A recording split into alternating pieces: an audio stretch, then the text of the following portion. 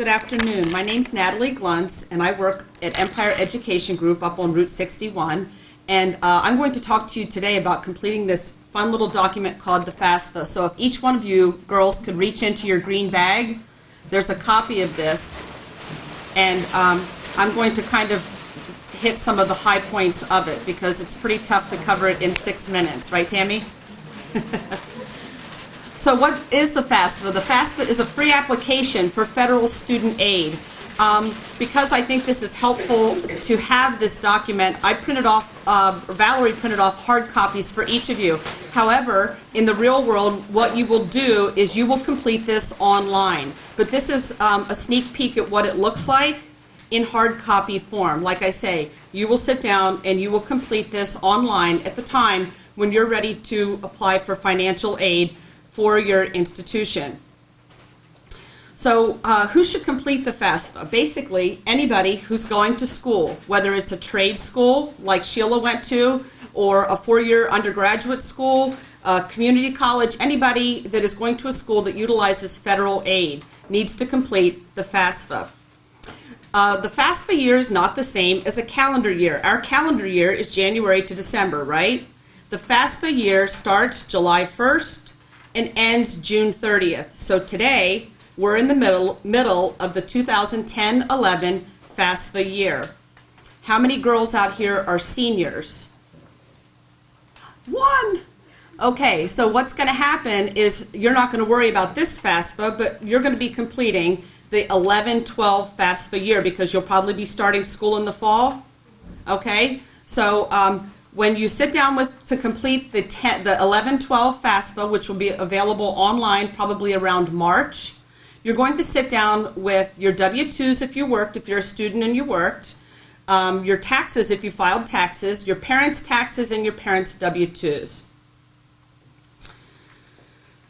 So, looking at this FAFSA, I want you to look at page 3. If you can flip over to page 3, step 1 is very straightforward, name, address, things like that, very basic stuff. For some reason, when you complete the FAFSA online, it is very easy to miss question 21. We don't know why. We've alerted the Department of Ed. We don't know why, but we get student after student who misses question 21. Are you a male or female? Oddly enough, if you skip this question, the federal government will say, how come you didn't register for selective service? So it automatically throws you into a process called verification. So be sure you hit question 21. If you're a student and you did work, then you'll complete step 2 on page 4, which is just financial information. If you didn't file taxes, you're just going to answer question 33, and then you're going to skip down to question 39. They just want to know how much you made in the previous year. So right now, we're in the 10-11 FAFSA year. That's based on 2009 taxes.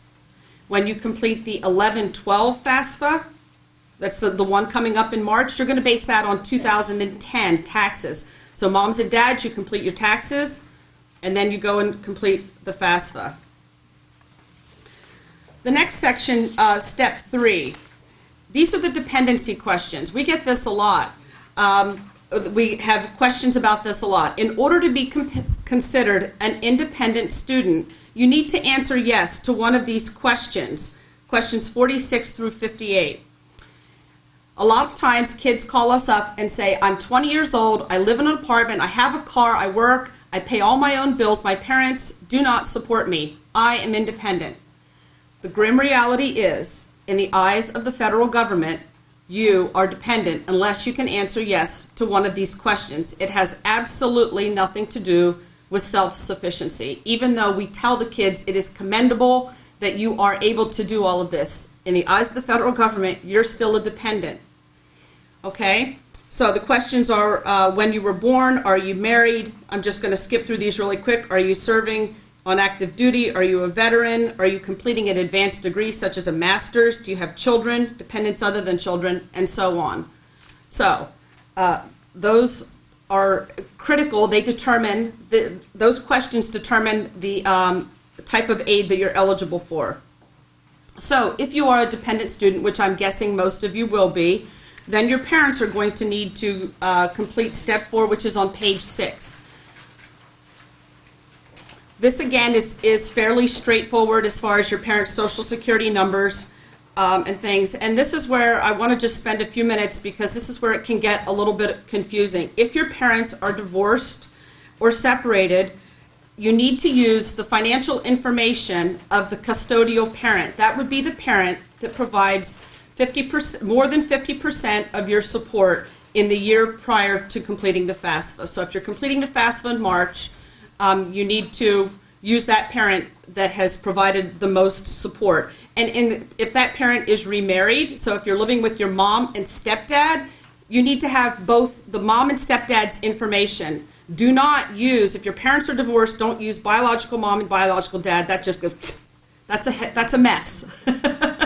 So you want to use the primary parent, and if they're remarried, you would want to use the step parent involved. You will obtain a PIN, a personal identification number, and you will electronically sign the FAFSA. And I would like to close with, I will answer all questions at the break. I would like to close with, if you were 30% of all students in any university or college setting are selected for a process called verification, don't panic. Your wonderful financial aid people like Tammy Durham back there will help assist you with this process. It's usually a random thing, and it's nothing to panic about. A lot of times parents call us panic-stricken about that. So best of luck to all of you, and there are financial aid people at every school who can assist you with this daunting task.